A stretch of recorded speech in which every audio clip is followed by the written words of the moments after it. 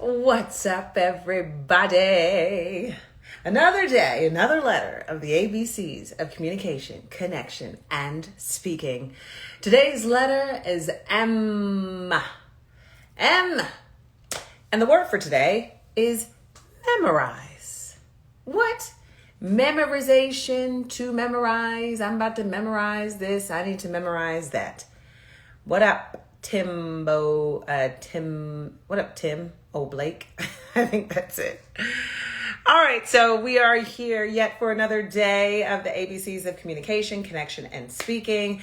And we are on the letter M. We have gone through, I'm just going to share a couple. Authenticity, bossy, consistency, dynamic, energy, fear, grammar, humility, influence, journaling, knack. Yesterday was listening. And today is memorizing. So if any of those sound familiar or sound like something that you want to review, go back to my feed and check it out. But for today, what time is it? I'll just make sure I understand what time it is so I can get these points to you.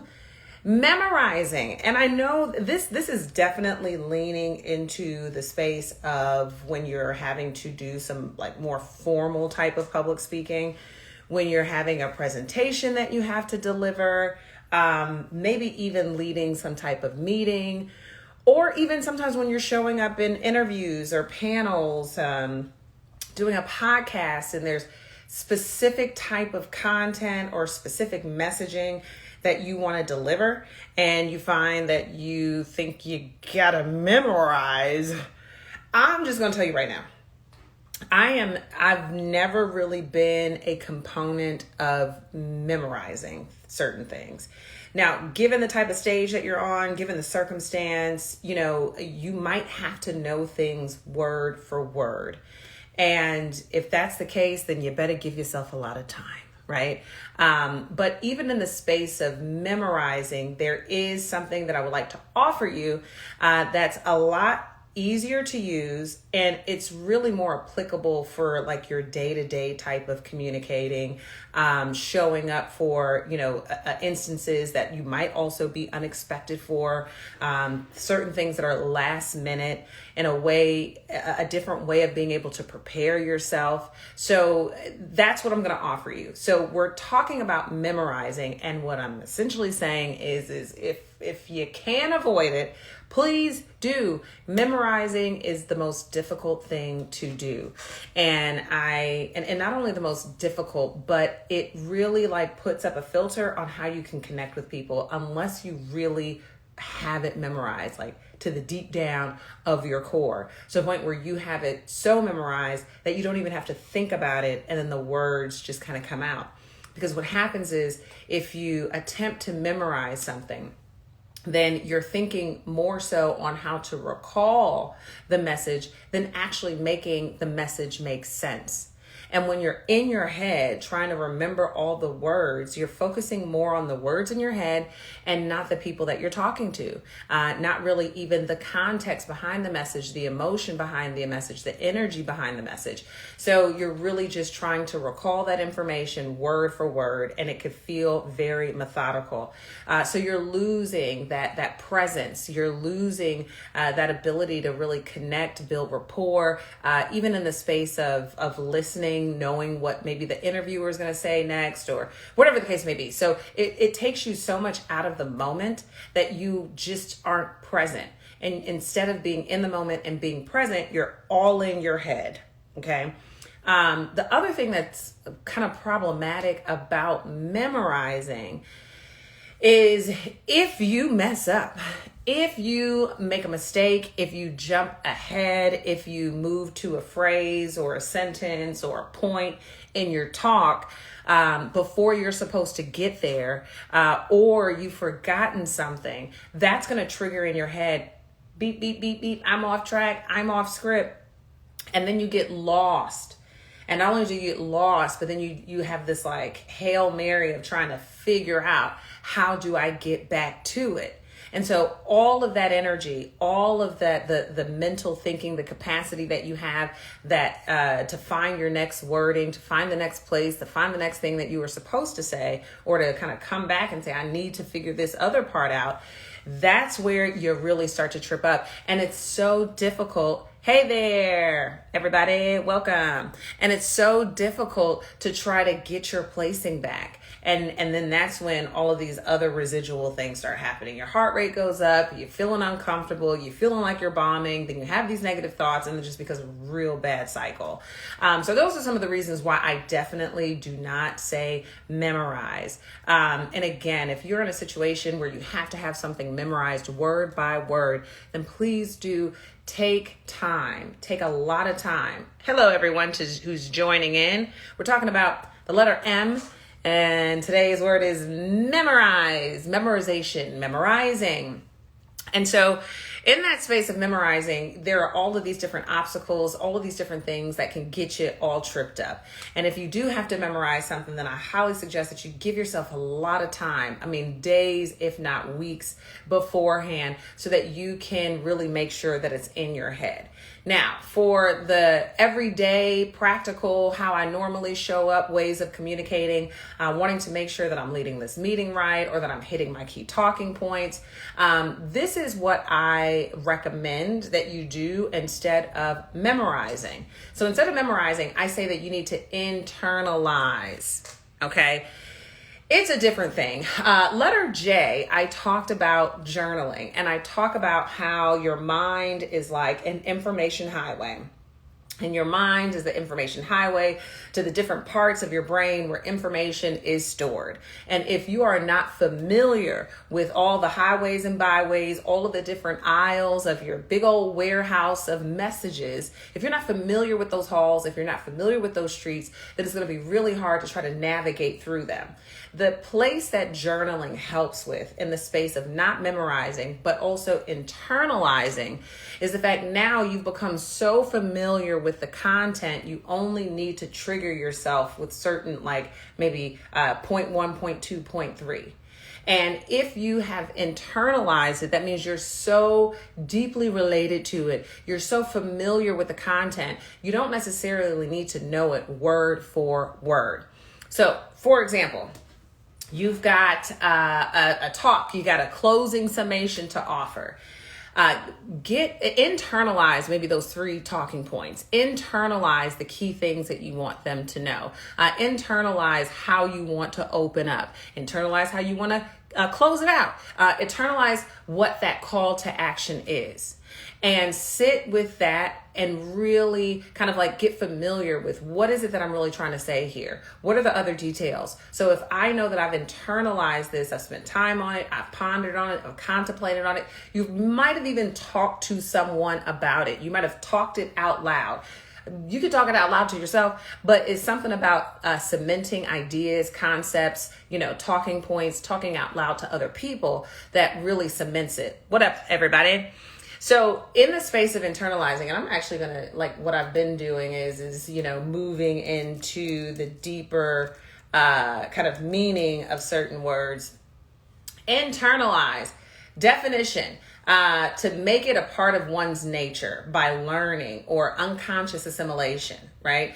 And I think that making it a part of your nature is the most powerful thing, because when you're making it a part of your nature, then it's not unnatural for you to recall, right? But I'm familiar with it. If I were to tell you my life story, I've internalized it. Why? Because I've lived it. But if I know that I'm going to reshare it on a certain platform, I'm going to internalize certain parts of my story and know that those are the places that I'm going to go to. Hey, everyone. ABC's of communication, connection, and speaking. Today's letter is M.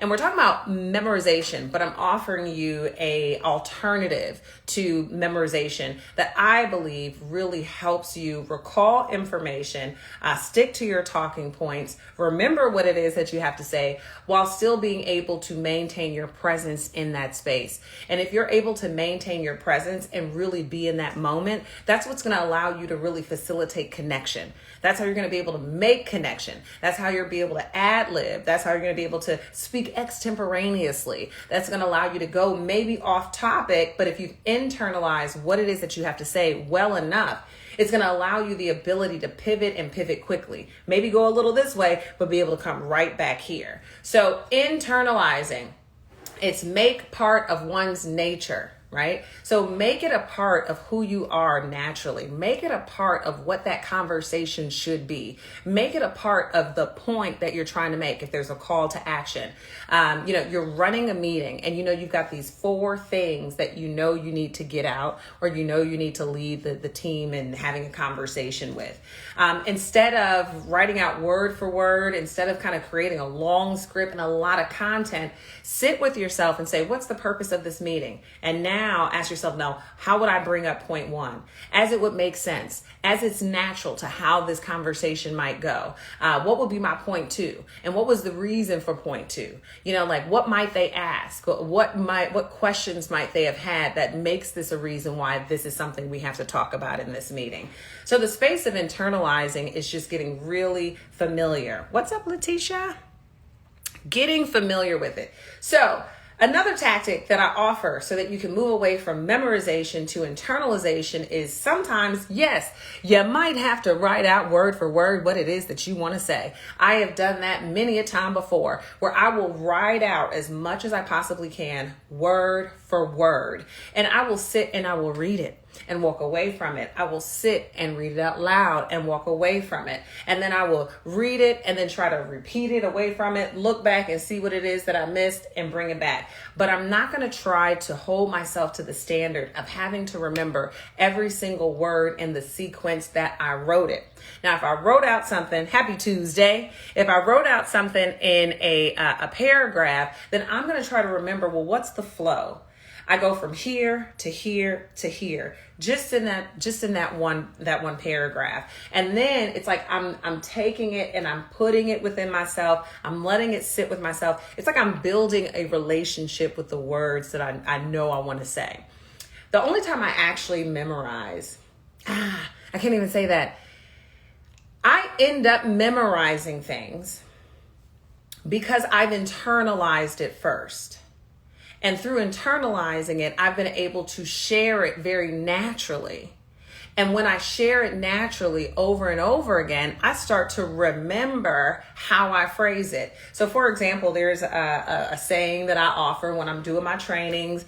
And I don't know if I've said this here, but one time out of nowhere, I introduced myself and I said, hey, my name is Shahara. I know it sounds like a small country somewhere in the world that we never heard of, but my parents were ambitious and I'm very grateful to them, right? And that just came out super duper naturally. And after the call was done, I was like, oh, that got a good response. I think I'm going to have to use that over and over again. Now, the next time that I used it, it sounded kind of different. The next time I used it, it still kind of sounded different. But over the course of internalizing it, making it personal, knowing where I'm trying to go with it, knowing that I said something about a country that we never heard of, or that's out there in the world that we couldn't point out on a map. I might have said it a number of different ways, but I made that phrase so personal to myself that I can recall it in some way, form, or fashion. And then I started delivering it more frequently, and then I started to remember the words that I was using. So now I have it memorized, but it came first from me internalizing. Rokita says, I do the exact same thing. I'll write it all out, but not for memorization. I want to remember the order and my flow of the content. And so Rakita is, she's in the public speaking industry as well. So she's co-signing on what I'm saying. Memorization will have you effed up, y'all. Because if you lose your place, you're more focused on trying to get back in your place than just being present. So being present with your content is a form of internalizing it. I'm going to read it and I'm going to sit and I'm just going to ponder. I'm going to see how I feel about it. I'm going to see what comes up for me. I'm going to feel my energy. I'm going to consider what other people, feel for it. I'm trying to read the comments. Jeremy. Sounds like Jeremy with your spelling, right? So that's the concept. And I say that being able to internalize things, even when you do your proper planning, your proper preparation, if you're writing anything out specific, if you're learning your new pitch, you wrote it out and it sounds perfect, then just internalize it and then deliver it. Come back and say, well, which word didn't I use that I know I want to use next time? Internalize that word. I was about to say, make love to that word, right? Like internalizing is becoming very intimate with your thoughts, your stories, your ideas, and your concepts. And you want to write it out. But once you do that, take a step back to really sit with it. Here for this live specifically, I was talking about, I was thinking about how I was going to talk about memorization. But before I really kind of formulated my points, I just sat with it. I got familiar with what I may or may not want to say. Robert says, I create an outline, or I might lose my place as I speak.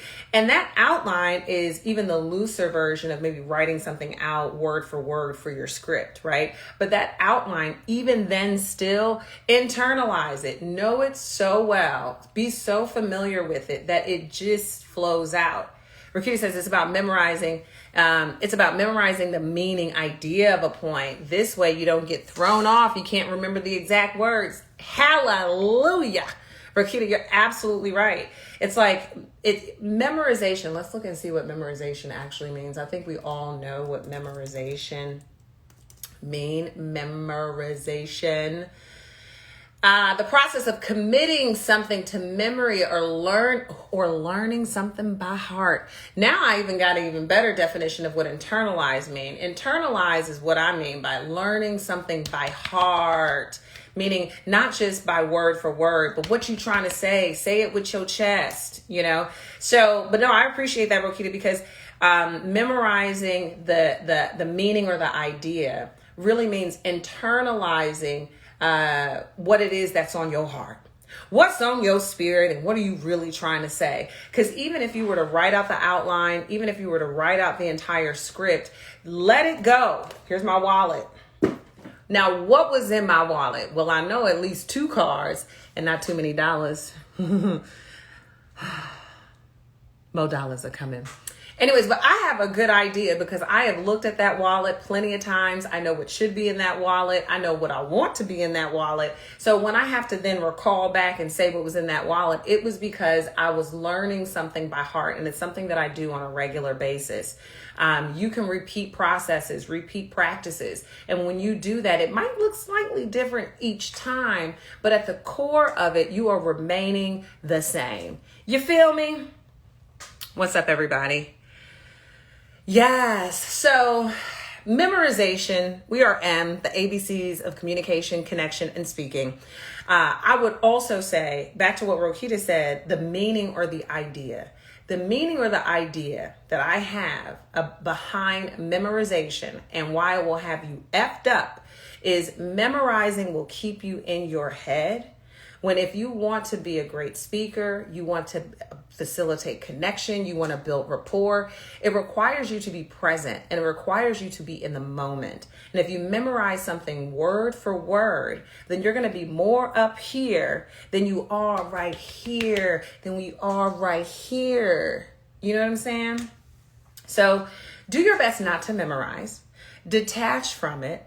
But instead, get familiar, get intimate, internalize something. Internalize it, not just for your mind, but for like your whole being, not to get all up into the woo-woo. Thank you, Rokita. Teach! I appreciate that. So internalizing, but the process of committing to something to memory or learning something by heart, that's the definition of memorization. But the other word that I like in that is committing to it. Like I can commit to the thought, the idea, the story. I can commit to the emotion. I can commit to maybe even just 2 or 3 points.